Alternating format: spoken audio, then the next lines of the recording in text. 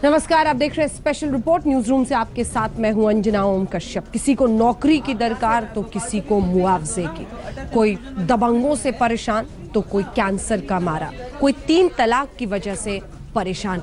ये सभी पहुंचे थे दरअसल आज योगी आदित्यनाथ के जनता दरबार में। सैकड़ों लोग आए थे और बहुत सारे मुस्लिम फरियादी थे।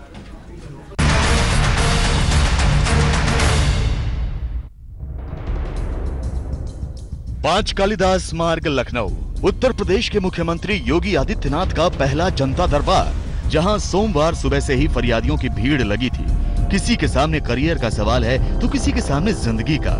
सबकी अपनी अपनी समस्याएं, सबकी अपनी अपनी उम्मीद है। हमारा इंटरव्यू 2 महीने से रोका गया है बिना बताए और इसको इंटरव्यू रोक लगा दी गई है। योगी जी से, मंत्री जी से मिलना चाहता हूं कि कुछ मदद कर सके, जो हो सके कर दें। कहते 1.5 साल से हमें ऑटो नहीं चला दिया जा रहा, हमारे बर्तन बिक गए, हमारे जेवर भी बिक गए। योगी आदित्यनाथ के दरबार में तमाम लोग प्रदेश के कोने कोने से आए हैं इस उम्मीद से कि कहीं ना कहीं इनकी सुनवाई होगी। मुख्यमंत्री योगी आदित्यनाथ के जनता दरबार में मुसीबत के मारों की सुनवाई हुई, जिनकी उनसे मुलाकात हुई। उनके तो जैसे दिन फिर गए। शबीना सैफी, मुसीबतों की मारी एक ऐसी लड़की जिसकी आवाज में कोयल की कूक बजती है, लेकिन ये न तो अपने पांव पर खड़ी हो सकती है और न ही आंखों से दिखाई देता है। माता पिता की इकलौती संतान अपने भविष्य के सवालों को लेकर योगी आदित्यनाथ से मिली। मिलने की खुशी उसका चेहरा बयां कर रहा है। शबीना से बात करेंगे क्योंकि उनके आप मिल के आए हैं। जी। शबीना, मुख्यमंत्री जी के लिए बोलिए। मैं मुख्यमंत्री जी को बहुत बहुत धन्यवाद करती हूँ और उनका बहुत आभार मानती हूँ कि उन्होंने मुझे बहुत अच्छे से सुना, मेरी समस्या को बहुत अच्छे से सुना और मुझे आश्वस्त किया कि वो मेरे लिए कुछ ना कुछ करेंगे। और जब मैं मुख्यमंत्री जी से मिल रही थी ना, तो मुझे लग नहीं रहा था कि मैं सीएम से मिल रही हूँ, मुझे लग रहा था कि मैं अपने फैमिली मेंबर से मिल रही हूँ। किस गुहार से? जी, ये चल नहीं सकती, आप देखिए चल नहीं सकती, आंखों से देख नहीं सकती। इनके घर में कोई अर्निंग मेंबर नहीं है। आर्थिक सहायता के नाम पे 6 महीने में सिर्फ 1800 रुपए मिलते हैं। आप इमेजिन कीजिए 3 लोग 1800 रुपए में कैसे जीवित रहेंगे। कौन कौन है आपकी फैमिली में? माता पिता और मैं, माता पिता और ये जी, कोई अर्निंग मेंबर नहीं है। क्या आपने क्या मांग की, क्या प्रार्थना की? अभी तो मैंने आर्थिक सहायता और मेरे को ये भी चिंता रहती है कि मेरे मम्मी पापा के बाद मैं कहाँ पे रहूंगी, तो उन्होंने मुझे बोला है कि वो मेरी व्यवस्था करें। 11 महीने की अपनी मासूम बेटी अनादिया को गोद में लिए शबरीन के दिल में अब बड़ा सुकून है। हाथों में शौहर की तस्वीर है जिसने बेटी होने के बाद इन्हें मार पीट कर घर से निकाल दिया। शबरीना अपने भाई और चाचा हनीफ मोहम्मद उर्फ छोटे मियां के साथ लखनऊ पहुंची। योगी से मुलाकात हुई। योगी ने उन्हें उचित कार्रवाई का भरोसा दिलाया। शादी के बाद मुझे कार मांगी थी मेरे ससुराल वालों ने। मेरे पिता साहब बहुत मतलब गरीब थे, उनके पास इतना इंतजाम नहीं था कि वो मुझे गाड़ी देते। उसके बाद यही चलता रहा। उसके बाद में जब मेरी बेटी की पैदाइश हुई, बेटी की पैदाइश हो जाने के बाद में मुझे हमारे हस्बैंड ने मुझे एक तलाक दे दी और मुझे घर से निकाल दी। उन्होंने कहा जाइए आप, हम इंसाफ करेंगे, आपको आपकी ससुराल भेज देंगे। सिद्धार्थनगर की इटवा से आई अमीना खातून को भी उनके पति ने 4 साल पहले घर से निकाल दिया। अपने 2 बच्चों फैजान और फरहान के साथ वो मुख्यमंत्री योगी आदित्यनाथ के जनता दरबार में पहुंची। लौट कर आई तो चेहरे पर भरपूर सुकून लिए। बोलते हैं कि तुम्हारा काम हम हिस्सा दिलवा देंगे। क्या परेशानी क्या है आपकी, बताइए। खर्चा नहीं देता, घर में नहीं रहने देता, मार पीट के भगाता है, जेवर सब छोड़ लेता है। क्या बताएं, पूरा पति के बारे में बताइए। हाँ, तो क्या बोले वो? बोलते कि आपकी कार्रवाई करेंगे, हिस्सा हसिया दिलवाएंगे। रामकिशोर बाबा बनारस से आए हैं। उनका दर्द ये है कि उनकी जमीन कब्जा ली गई। से आए 60 एकड़ जमीन पर हम लोग मुकदमा लड़ रहे हैं। सभी कलनाजरों ने कब्जा करके रखे हैं और 28 बीघा जमीन हम लोगों का खारिज हो चुका है, जिनमें कि हम लोगों को कब्जा नहीं मिल रही है। बाराबंकी की नूरजहां के शौहर अब इस दुनिया में नहीं रहे। 4 बेटियां हैं। सबसे बड़ी बेटी की 9 अप्रैल को शादी है। पैसे नहीं है शादी करने के लिए। योगी से मदद की आस में ये भी जनता दरबार में आई है। मुख्यमंत्री जी, हमारे पास व्यवस्था नहीं। हमारे लड़की को 9 तारीख को शादी है और हम नेहरू कॉलोनी में रहते हैं किराए के ऊपर जी। वह साहब को काम करते हैं। वो लोग ने शादी के कारण और जो है ना एप्लीकेशन हमने तो लगा दिया है। मुख्यमंत्री से मिलकर लौटी इस माँ बेटी के चेहरे पर अब जिंदगी की आस है। ये महिला कैंसर पीड़ित है। योगी ने इनसे मिलकर इनके इलाज का भरोसा दिलाया। हमें कैंसर है, कैंसर का ऑपरेशन करानी है मदद के लिए। जी तो डॉक्टर बोले हैं मुख्यमंत्री जी की डॉक्टर से स्मिट बनवा कर लाओ कि कितना खर्च आ रहा है तो हम मदद करेंगे। मिले आपसे बात किया? जी बात की है, बहुत अच्छा से सब लोग से मिलते हैं। जिन लोगों की मुख्यमंत्री योगी से मुलाकात हुई उनकी तो जैसे लॉटरी ही निकल गई। मिले और बताए कि जो है दरखास्त पढ़ करके उसके बाद कार्रवाई करेंगे। महाराज जी सबसे मिल रहे हैं और सबकी बात सुन रहे हैं। हम लोग बीटीसी प्रशिक्षु हैं, जो हमारी मांगे बोली गई है सुनी जाएगी जो है। जनता दरबार में योगी के तमाम मुरीद भी आए थे जो योगी की शान में कसीदे गढ़ रहे थे। वेद वेदांगवित प्रज्ञासु तपस्वी निपो भवेत दानशीलस्य सततम यज्ञशीलस्य भारत। भारत के सिंहासन पर, उत्तर प्रदेश के सिंहासन पर बैठने का अधिकार उसे है जो वेद वेदांगों का जानकार हो, तपस्वी की भांति निर्मल हो, ब्रह्मचारी हो और न्याय प्रिय हो। आज हमारे योगी जी भी ब्रह्मचारी और निर्मल हैं, न्यायी हैं। तमाम ऐसे लोग भी रहे जो अपनी पर्चियां, अपने एप्लीकेशन लिए बाहर ही खड़े रह गए। जनता दरबार में उनकी योगी से मुलाकात नहीं हो पाई। लखनऊ में मौसमी सिंह के साथ आज तक ब्यूरो।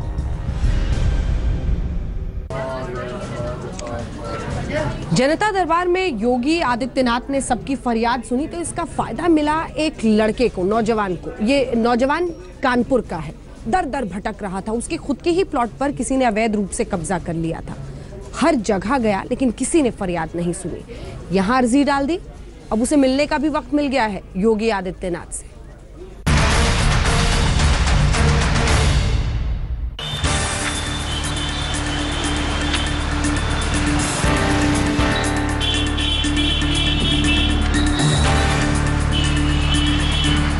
दो साल से इंसाफ के लिए अपनी चप्पलें घिस रहे कानपुर के मोहकलाल चंदानी की किस्मत अचानक फिर गई। परेशान हाल चेहरे पर खुशियों का बसेरा है। खुश हो भी क्यों ना, उन्हें यूपी के मुख्यमंत्री योगी आदित्यनाथ से मिलने जो जाना है। जी सर, मुझे उन्होंने कल एक नंबर दिया कि इस पे कॉल करके आप सीएम सर का अपॉइंटमेंट ले ले। वो सुबह जो है जनता की अदालत में बैठते हैं, तो उन्होंने मुझसे बोला कि आप इस पे कॉल करके उनका अपॉइंटमेंट ले ले, क्योंकि उस समय जो आप अपनी बात रखेंगे उस पर तुरंत से तुरंत कार्रवाई की जाएगी। तो मैंने उस नंबर पे अपना नाम पता दे करके अपॉइंटमेंट सर से लिया है। तो जल्द से जल्द जैसे ही वो फ्री होंगे मुझे अपॉइंटमेंट दे दिया जाएगा। कानपुर के सचिंडी थाना इलाके में मोहक ने 2015 में 1000 स्क्वायर मीटर जमीन लीज पर ली थी, लेकिन इलाके के कुछ दबंगों ने इन्हें जमीन पर कब्जा लेने और काम करने से रोक दिया था। इसके बाद इन्होंने कोर्ट में अर्जी लगाई। कोर्ट ने फैसला इन्हीं के हक में दिया, लेकिन पुलिस ने इन्हें कब्जा नहीं दिलवाया। थक हार कर मोहक ने मुख्यमंत्री के दरबार में गुहार लगा दी। गुहार का फौरन असर हुआ। मोहक को फौरन लखनऊ बुलाया गया। गोरखपुर कैंप ऑफिस में भी एक दरख्वास्त भेजने को कहा गया। साथ ही मुख्यमंत्री से उनकी मुलाकात फिक्स करवाने की भी बात हुई। मोहकलाल चंदानी तो दंग रह गए। जब मैं कल गया तो जो है बाहर से ही मुझे बड़ा डर सा लग रहा था कि अंदर मुझे कोई रोक ना ले, और इतने सारे पुलिस वालों को देख के मैं खुद घबरा सा गया था। बट उन्होंने बहुत अच्छी तरीके से जो है मेरी मदद की। उन्होंने मुझे अंदर रिसेप्शन तक पहुंचाया और रिसेप्शन वालों ने भी बड़ी जो है सहायता करी। उन्होंने सब जो है बताया मुझे ऐसे ऐसे करना है आपको। तो सर जो है उम्मीद नहीं थी एक आम नागरिक के लिए जो है इतना करना जो है बहुत अच्छा लगा सर जो है।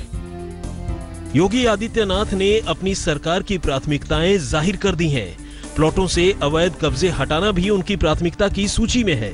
मोहक को अब यकीन है कि जब वो मुख्यमंत्री से मिलकर लौटेंगे उससे पहले ही उन्हें प्लॉट पर कब्जा मिल जाएगा। रंजय सिंह, कानपुर, आज तक। बात तो पूरी सरकार को चलाने का भी है। इतने बड़े जनादेश के साथ ये सरकार बनी है और इसीलिए मुख्यमंत्री योगी आदित्यनाथ ने बाकायदा 100 दिनों का एक प्लान बनाया है और तमाम विभागों को कह दिया गया है कि चाहे बिजली लोगों को पहुंचाने का मुद्दा हो, चाहे अन्य जितने भी फैसले सरकार के हो रहे हैं, ब्लूप्रिंट दीजिए कैसे सरकार काम करेगी आने वाले दिनों।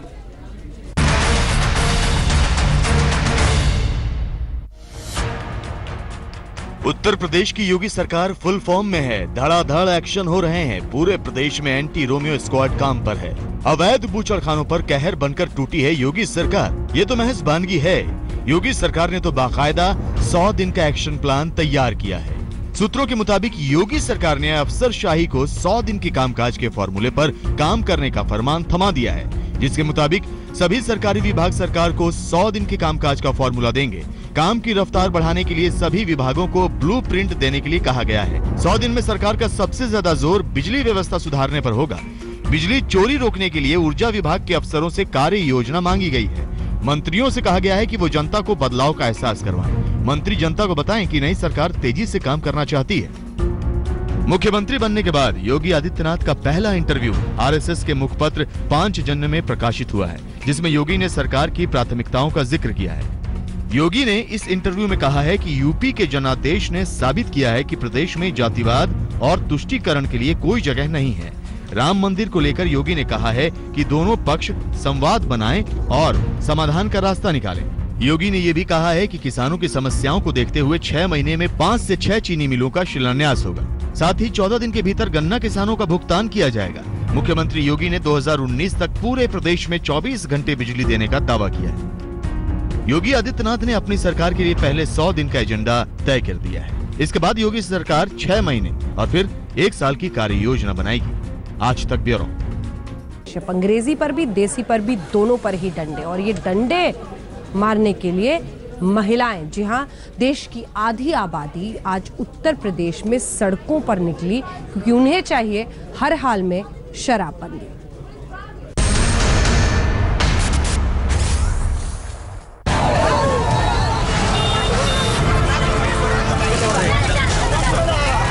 दारू के ठेके बंद होने चाहिए।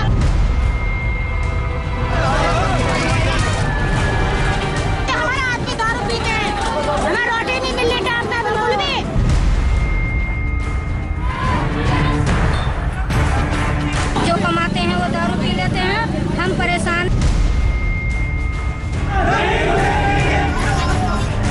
दारू का ठेका हमारे गांव में नहीं होना चाहिए।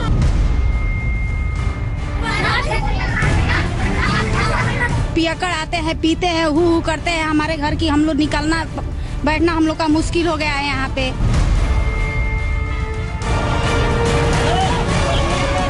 हम लोग बिल्कुल शांतिपूर्ण ढंग से विरोध कर रहे हैं कि यहाँ ठेका न हो।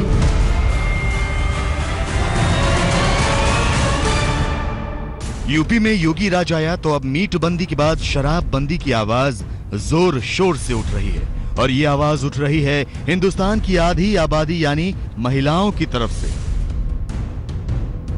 यूपी में पूरब से पश्चिम तक महिलाओं ने शराब के ठेकों पर हंगामा, तोड़फोड़ और आगजनी मचा रखी है। आप देख सकते हैं महिलाएं शराब के ठेकों पर लाठी डंडे लेकर आई हैं। महिलाओं ने तोड़फोड़ मचा रखी है। महिलाओं के साथ उनके बच्चे भी हैं। महिलाओं ने शहर में शराब की दुकानों के शटर तोड़े और शराब भी लूट ली। शराब के खिलाफ सड़कों पर उतरी महिलाओं ने एटा में 2 घंटे तक रोड जाम किया और सड़क पर हाई वोल्टेज ड्रामा चलता रहा। घंटों के हो हंगामे के बाद पुलिस ने शराब की दुकानें बंद कराने का आश्वासन दिया, तब कहीं जाकर इन महिलाओं का क्रोध शांत हुआ। दारू के ठेके बंद होने चाहिए। आदमी आते हैं, मारपीट करते हैं, सारे पैसे लाते हैं, वो दारू के ठेके में दे देते हैं और बच्चे भूखे रहते हैं। तस्वीरें हाथरस जिले के सिंकराराऊ की है। यहाँ महिलाओं ने शराब की दुकानों के सामने ईंट, डंडे और चप्पलें लेकर विरोध प्रदर्शन किया। महिलाओं की मांग है कि मोहल्ले से शराब की दुकान हटाई जाए। अमरोहा में तो शराब के खिलाफ आक्रोश में महिलाओं के साथ स्कूली बच्चे भी शामिल हो गए। यहाँ शराब के खिलाफ महिलाओं का गुस्सा बढ़ता ही जा रहा है और वो लगातार शराबबंदी की मांग कर रही हैं। तस्वीरें अमरोहा के पतखोई गांव की हैं। महिलाओं का आरोप है कि उनके पति मजदूरी में कमाए सारे पैसों की शराब पी जाते हैं और वो और उनके बच्चे भूखे मरते हैं। बच्चे भूखे मरा, मार फेरते हैं, घर में परेशान देते हैं, कपड़ा भी, चीज भी। और ये देखिए शराब के खिलाफ महिलाओं का आक्रोश, नारेबाजी हो रही है। शराब की दुकान के सामने महिलाओं का पूरा हुजूम उमड़ पड़ा है। महिलाएं झाड़ू लेकर ठेके पर आ गईं। किसी तरह से सेल्समैन ने ठेके के अंदर बंद होकर इन महिलाओं से अपनी जान बचाई। पीलीभीत के थाना न्यूरिया क्षेत्र में शराब की दुकान खुली थी, लेकिन महिलाएं तब तक शांत नहीं हुई जब तक दुकान बंद नहीं हो गई। ये देखिए कैसे महिलाएं झाड़ू और डंडे लेकर सड़क पर बैठी हैं। तस्वीरें अम्बेडकर नगर के अकबरपुर कोतवाली क्षेत्र की हैं। यहाँ महिलाओं की एक ही रट है, दारू का ठेका इनके गांव में नहीं होना चाहिए। दारू का ठेका हमारे गांव में नहीं होना चाहिए। हमारे महिलाओं को बहुत दिक्कत होती है। रात को जब वो निकलती हैं तो जो है वहाँ इतनी भीड़ रहती है कि वो निकल नहीं पाती हैं। इन तस्वीरों को भी देखिए, महिलाएं हवन कर रही हैं, मंदिर की घंटी बजा रही हैं। हम आपको बता दें कि ये सब शराब की दुकान न खुले इसके लिए हो रहा है। गोंडा शहर के रानी बाजार में महिलाओं को पता चलता है कि यहाँ शराब की दुकान खुलने वाली है। फौरन महिलाएं एकजुट होती हैं और हवन करने लगती हैं, मंदिर की ये घंटी बजाने लगती हैं। किसी तरह से उनके गांव में शराब की दुकान न खुले। यूपी में महिलाओं ने शराब के खिलाफ जैसे संग्राम छेड़ दिया है। कुछ भी हो जाए वो शराब नहीं बिकने देंगी। यूपी में शराब के ठेके नहीं चलने देंगे। अब योगी क्या कहते हैं, महिलाओं को इंतजार इसका भी है। वैसे योगी कह ही चुके हैं यूपी में बहुत कुछ बंद होने वाला है। बोतल पर भारी यूपी की नारी। जी हाँ, यूपी में न शराब रहेगी न शराबी रहेंगे। इसी फॉर्मूले पर तमाम महिलाएं अलग अलग जगहों पर यूपी को शराब मुक्त बनाने के लिए इकट्ठा हुई, सड़कों पर निकली।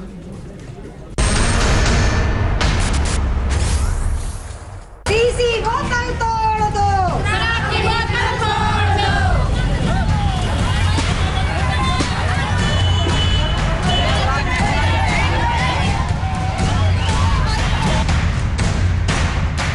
हाईवे के 500 मीटर के दायरे में आने वाली शराब की दुकानों पर सुप्रीम फैसला आया तो शराब कारोबारियों ने गली मोहल्लों और शहरी इलाकों का रुख करना शुरू कर दिया। महिलाएं तो पहले से ही मैखानों से आजिज थी। गली मोहल्लों में कुकुरमुत्ते की तरह खुलते शराब के नए ठेकों ने उनके गुस्से की आग को और भड़का दिया। फिर शराब की शीशियां टूटने लगी, ठेकों पर पत्थर पड़ने लगे। जहां शराबियों की रौनक हुआ करती थी वहां सन्नाटा पसरने लगा। यूपी के लगभग हर जिले से शराब बंदी को लेकर आवाज मुखर होने लगी। यहाँ ये शराब भट्टी है, ये अवैध है, इसको नहीं होना चाहिए, क्योंकि इधर भी मंदिर है, इधर भी दोनों मंदिर है। मंदिर के बीच में शराब भट्टी नहीं होनी चाहिए। क्या महिलाएं, क्या बच्चे, क्या पुरुष और क्या बुजुर्ग, शराब बंदी को लेकर सबकी एक ही राय है। सब परेशान हैं शराबियों की फब्तियों से, शराबियों की लत से, शराबियों के परिवारों की बिगड़ती माली हालत से। लिहाजा बरेली के लोगों ने शराब की दुकानों पर ताला जड़ दिया, नारेबाजी करने लगे। लोगों का गुस्सा इस कदर भड़का कि पुलिस को बीच बचाव करना पड़ा। उन्हें समझाया बुझाया गया, तब जाकर मामला फौरी तौर पर ही सही शांत हुआ। सीसी बोतल तोड़ दो, शराब की बोतल तोड़ दो, ढक्कन तोड़ दो, शराब की बोतल तोड़ दो। शाम होते ही जाम से गला तर करने वालों के खिलाफ महिलाओं का ये मोर्चा देखिए। शराब पूर्णतया बंद हो, ऐसे बैनर देखिए। तस्वीरें उत्तर प्रदेश के जालौन की हैं, जहां बार बार प्रशासन को शराब की दुकानें बंद करने की दरखास्त देने के बाद कार्रवाई न होने से महिलाओं का गुस्सा 7वें आसमान पर जा पहुंचा और अब इसने एक आंदोलन की शक्ल ले ली है। जिस तरह से बिहार में दारू बंद हुई, महाराष्ट्र, गुजरात दारू बंद चल रही है, उसी तरह से हमारे उत्तर प्रदेश में भी शराब बंद की है। महिलाएं हैं, उन्होंने ज्ञापन दिया है कि उत्तर प्रदेश में शराब बंदी होनी चाहिए। उनका ज्ञापन हम लोगों ने लिया है और उसको हम आज ही शासन में भेज रहे हैं। मैखाने पर दे लाठी, शराब दुकान की बोर्ड को उखाड़ फेंकने की मुकम्मल कोशिश और भारी भीड़ का शोर। तस्वीरें मिर्जापुर की हैं, जहां शराबियों की छेड़खानी से परेशान महिलाओं ने अब मोर्चा खोल दिया है। प्रशासन से मांग की जा रही है कि किसी भी तरह उनके गली मोहल्लों से शराब की ये दुकानें हटाई जाएं और नई दुकान खोलने का लाइसेंस न दिया जाए। साहब, हमारी बहू बेटी निकलने में बड़ी हुज्जत होगी। हमारे थोड़ा सा जगह है, हम लोग के आने में बड़ी फजीलत हो रही है। ये दुकान कभी शराबियों की आमद से गुलजार हुआ करती थी, लेकिन आज यहाँ कोई नजर नहीं आता। दिखती हैं तो सिर्फ टूटी हुई शराब की बोतलें, दुकान के बाहर पथराव के सबूत, क्योंकि अमरोहा में लोग अब शराब और शराबियों के खिलाफ एकजुट हो गए हैं। हम अपना ही भला चाह रहे हैं, हम तो सबका भला चाह रहे हैं। वहीं यूपी के मुरादाबाद में शराबबंदी के खिलाफ लोगों ने पोस्टर अभियान छेड़ दिया है। दुकानों पर, घरों की दीवारों पर पैम्पलेट चिपकाए जा रहे हैं। तो वहीं हापुड़ में महिलाओं ने थाने के बाहर ही जमकर प्रदर्शन किया। अब गेंद योगी सरकार के पाले में है कि वो सूबे का खजाना भरने वाले शराब के कारोबार पर कार्रवाई करेगी, मैखाने बंद करेगी, बिहार गुजरात की तरह यूपी में भी पूर्ण शराबबंदी होगी, या फिर जैसा चल रहा है वैसा ही चलता रहेगा। आज तक ब्यूरो। हाईवे पर हमेशा के लिए ड्राई डे, और ये यहाँ वहाँ नहीं, सीधे सुप्रीम कोर्ट का फैसला है। लेकिन इसके बाद जो रेस्टोरेंट मालिक हैं, जो होटल मालिक हैं, उनके लिए मंदी का बहुत बड़ा एक मामला। और दूसरी तरफ से अगर आप देखिए तो महिलाएं अड़ी हुई कि ऐसी दुकानें गाँव में अंदर नहीं आनी चाहिए।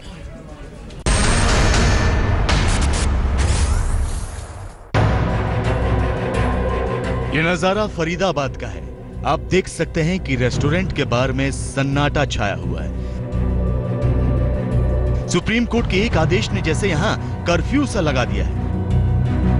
लोग हाईवे के किनारे बने इस रेस्टोरेंट में आते तो हैं, लेकिन जब पता चलता है कि दारू बैन है तो लौट जाते हैं। तो बहुत ही टफ टाइम आ गया हॉस्पिटैलिटी के लिए, पूरा रिसेशन हो गया है। कितना नुकसान होगा इससे? नुकसान तो सब ऑलमोस्ट बहुत कम नुकसान हुआ है। हर प्रॉपर्टी का नुकसान है। रेस्टोरेंट बार्स में तो पूरा नुकसान है। बार्स नहीं तो रेस्टोरेंट तो चल नहीं सकते। और अब इन तस्वीरों को भी देखिए। सड़क पर होटल, रेस्टोरेंट और बार के मालिक और कर्मचारी तख्तियां लेकर खड़े हैं। कोई नौकरी की दुहाई पोस्टर पर लेकर खड़ा है तो कोई पूछ रहा है कि अब हम क्या करें। यह है जोधपुर जयपुर हाईवे, लेकिन यहाँ शराब की दुकान गुलजार है और धड़ल्ले से चल रही है। जबकि सुप्रीम कोर्ट की गाइडलाइंस के मुताबिक हाईवे किनारे 500 मीटर के दायरे में शराब की दुकान नहीं खुल सकती, फिर भी यहाँ शराब की दुकान चल रही है। हम आपको बता दें कि राजस्थान सरकार ने इसका भी तोड़ निकाल लिया है। ये जोधपुर जयपुर को जोड़ने वाली मेगा हाईवे है। सुप्रीम कोर्ट के निर्णय के अनुसार हाईवे किनारे शराब की दुकान नहीं हो सकती है, लेकिन राजस्थान सरकार ने गली निकाल ली है कि जो हाईवेज हैं, स्टेट हाईवेज हैं, उसमें 2 किलोमीटर से लेके 20 किलोमीटर तक के कई सड़कों का जो हाईवे है, जहां पर आबादी है, शराब की दुकान है, उसे अर्बन रोड यानी शहरी सड़क में उसको तब्दील कर दिया है। और शहरी सड़क में तब्दील होने के बाद उस 2 किलोमीटर से लेकर 20 किलोमीटर के जो एरिया है उसमें शराब की दुकान खुल सकती है। तो देख सकते हैं आप, इस तरह की जो दुकानें हैं हाईवे किनारे, उन दुकानों पर अब कोई पाबंदी नहीं रहेगी। एक अनुमान के मुताबिक हाईवे पर शराबबंदी से राज्यों को 50,000 करोड़ का रेवेन्यू लॉस हो सकता है, जबकि रेस्टोरेंट और पब्स को 10,000 से 15,000 करोड़ का नुकसान झेलना पड़ सकता है। हम आपको बता दें कि 1 अप्रैल से नेशनल और स्टेट हाईवे के 500 मीटर के दायरे में आने वाली शराब की दुकानों को बंद करने का आदेश दिया गया है। इसमें होटल और रेस्टोरेंट भी शामिल है। शराब पीने की वजह से होने वाले सड़क हादसों को देखते हुए सुप्रीम कोर्ट ने यह फैसला लिया है। सुप्रीम कोर्ट ने 15 दिसंबर को यह फैसला सुनाया था, जो अब लागू हो चुका है। आज तक ब्यूरो। समाजवादी पार्टी वाली डिंपल यादव की देवरानी अपर्णा यादव आखिर क्यों कर रही है योगी आदित्यनाथ की इतनी प्रशंसा? सुनिए, उनसे खास बातचीत की है हमारी सहयोगी मौसमी सिंह ने।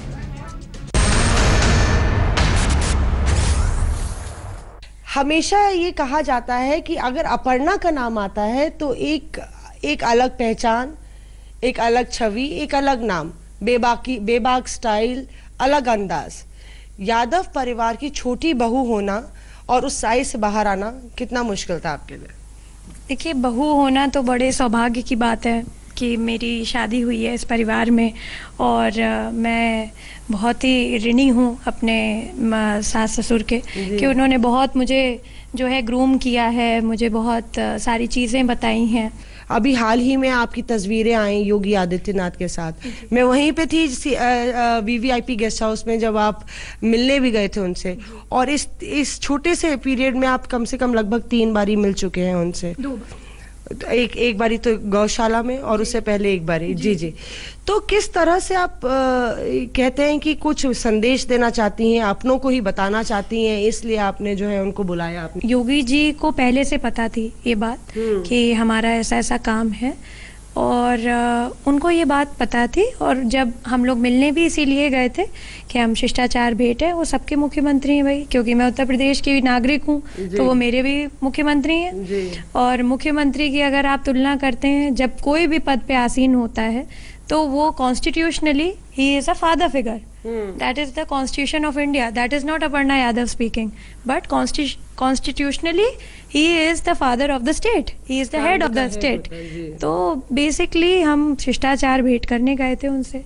ये भी अटकलें हो रही हैं कि अपर्णा यादव बीजेपी ज्वाइन कर सकती हैं, या उन्होंने बुलाया एक संदेश देने को, अपनों को, अखिलेश को ये संदेश देना चाहती थी कि आप करीब हैं योगी आदित्यनाथ के, बीजेपी ज्वाइन कर सकती. उनको भी पता है ये बात, ऐसा कुछ नहीं है, उनसे भी कोई बात नहीं छुपी है, क्योंकि जब उनकी सरकार थी तभी हम मिले थे. और मैन जी के जो गुरुजी हैं स्वामी अवैधनाथ जी, गुरुजी के जब श्रद्धांजलि हुई थी उनको पता है ये बात.